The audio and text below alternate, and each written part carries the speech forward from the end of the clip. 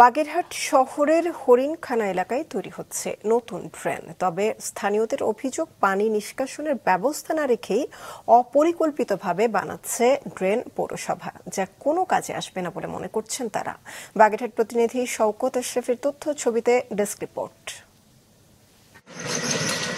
জলাবদ্ধতা নিরসনে বাগেরহাট শহরের হরিণখানা এলাকায় 415 মিটার ড্রেন নির্মাণ করছে পৌরসভা। সড়কের পাশে মাটি কাটা হয়েছে বেশ কিছুদিন হলো, তবে অধিকাংশ অংশেই শেষ হয়নি ঢালাই। এলাকাবাসীর অভিযোগ, পানি নিষ্কাশনের পথ না রেখেই তৈরি হচ্ছে এই ড্রেন, যা ভবিষ্যতে জলাবদ্ধতা আরো বাড়াবে বলে শঙ্কা তাদের। অল্প কাজ করতে সময় বেশি লাগায় চলাচলের ক্ষেত্রে বিপাকে আছেন তারা। নতুন যে ড্রেনটা হচ্ছে সেই ড্রেনের ওই মাথাটাও আটকা, আর যেখানে এসে শেষ হচ্ছে সেই মাথা আটকা। এই মাঝখানের এইটুকুই ড্রেন হবে, এর ওই পাশেও হবে না, এই পাশেও হবে না, তো এই পানি যাবে কোথায়? এই ড্রেন করা যাচ্ছে সেই লাভই তো হচ্ছে না, আমাকে আরো তো আমাকে লস হচ্ছে।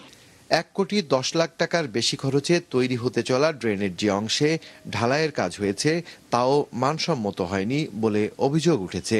নিম্নমানের কাজ হচ্ছে, রড নিম্নমানের, সিমেন্ট বালি ঠিক মতন দিচ্ছে না, ঢালাই ঠিক মতন দিচ্ছে না। নিয়ে বাধা দেওয়া হয়েছে, তারা শুনতেছে না, তারা সেই দিয়ে কাজ চালাই চলে যাচ্ছে। এলএমই সার্টিফাইড বিশ্ব সেরা কপারে তৈরি ওয়ালটন কেবলস, যা আপনার স্থাপনাকে রাখবে সব সময় নিরাপদ।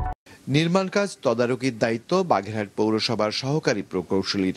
তিনি ক্যামেরার সামনে কথা বলতে রাজি হননি, তবে সংস্থাটির দাবি নিয়ম মেনেই ড্রেনের কাজ হচ্ছে। আমরা ডিজাইন এবং লোকেশন ম্যাপ ফলো করে এই কাজটা করতেছি। কাজের গুণগত মান সন্তোষজনক। আমি নিজেই ওখানে ডিউটি দিচ্ছি। যদি আউটলেট না থাকে আমরা ভবিষ্যতে এটা রিভাইজ করে দেব, এটা আমাদের মাথায় আছে।